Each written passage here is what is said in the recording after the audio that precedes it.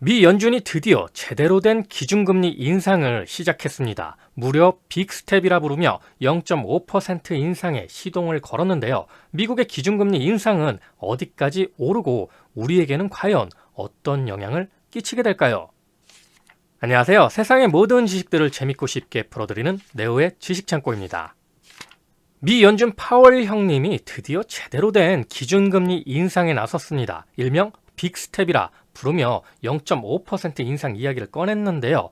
빅스텝이 뭐야? 이러시는 분들도 있을 것 같기에 잠시 용어 설명부터 들어가겠습니다. 보통은 우리가 기준금리 인상을 0.25%씩 올리는 것을 많이 봤을 텐데요. 지금이 어떤 시대입니까? 극심한 인플레이션 시대죠. 이 인플레이션율이 급등하면서 기준금리를 0.25%씩 올리는 걸로는 CR도 안 먹히는 상황이 온 겁니다. 그래서 0.25%의 2배, 그냥 더블로 올리면서 이를 빅스텝이라고 부르고 있습니다.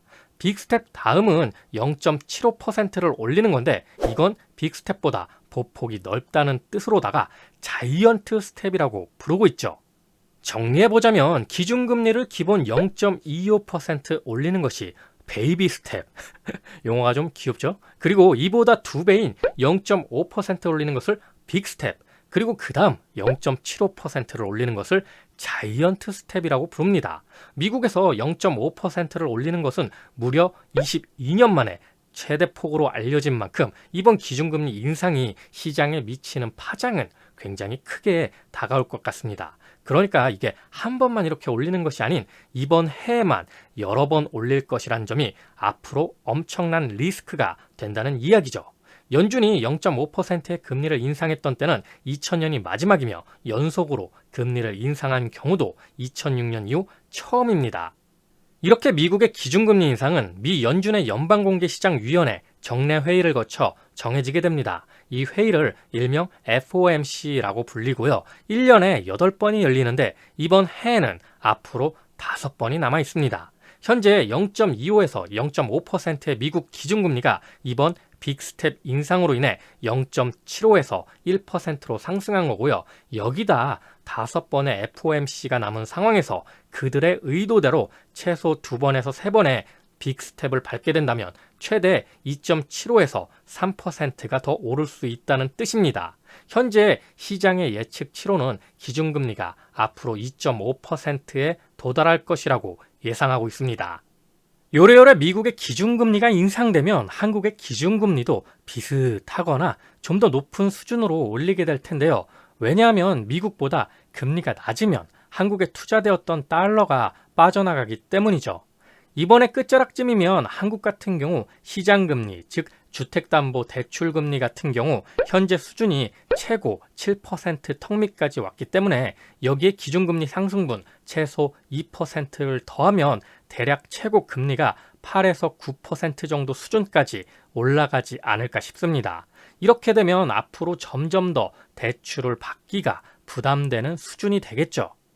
때문에 이번 미 연준의 빅스텝 인상이 발표되기 전 이거 자이언트 스텝까지 밟는 거 아니냐 하는 시장의 우려가 있었지만 파월 형님이 자이언트 스텝은 적극적으로 고려하지 않는다고 하면서 선을 그었죠.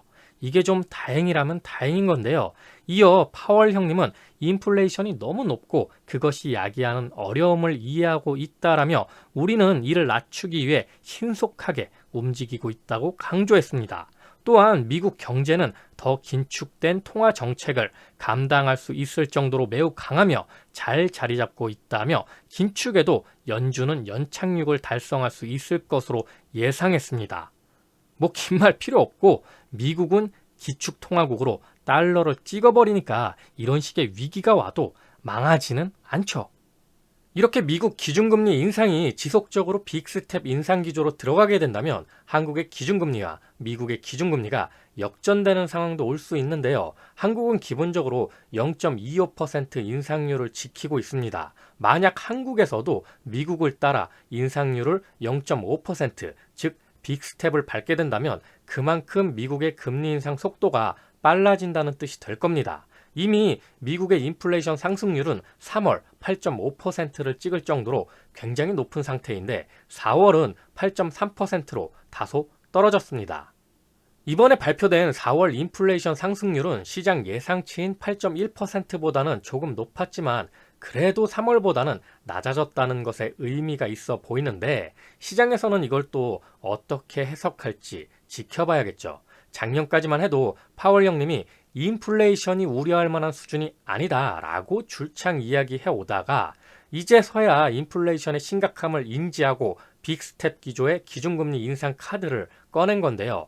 연준의 물가 목표치는 평균 2.0%인데 지금 8%대를 넘겨버렸으니 정말 오지게 높은 수치가 아닐 수 없습니다.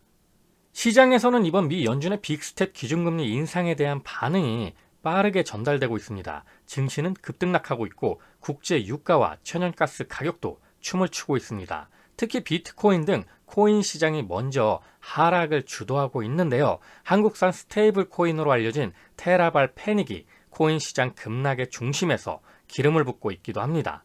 이 이야기는 길어질 것 같아 다음에 따로 드리도록 하겠고요. 이렇게 코인 시장의 폭락으로 나라 돈으로 대통령이 친히 비트코인을 사들이는 엘살바도르는 피해가 막심할 것 같은데요. 엘살바도르는 세계 최초로 비트코인을 법정 통화로 인정한 국가이기도 합니다. 그래서 식당에서 밥 먹고 급등락하는 비트코인 가격 때문에 나가지도 못하고 고민하는 엘살바도르인들의 짤이 막 돌기도 했죠. 그나마 연준의 의도대로 인플레이션의 주범이 되고 있는 에너지 가격은 다소 급등세를 멈췄지만 주식시장은 급등락을 반복하며 하락하고 있다는 점에서 여기에 더 강력한 금리 인상 카드를 꺼내기는 어려울 것으로 보입니다. 빅스텝도 이렇게 충격인데 말이죠.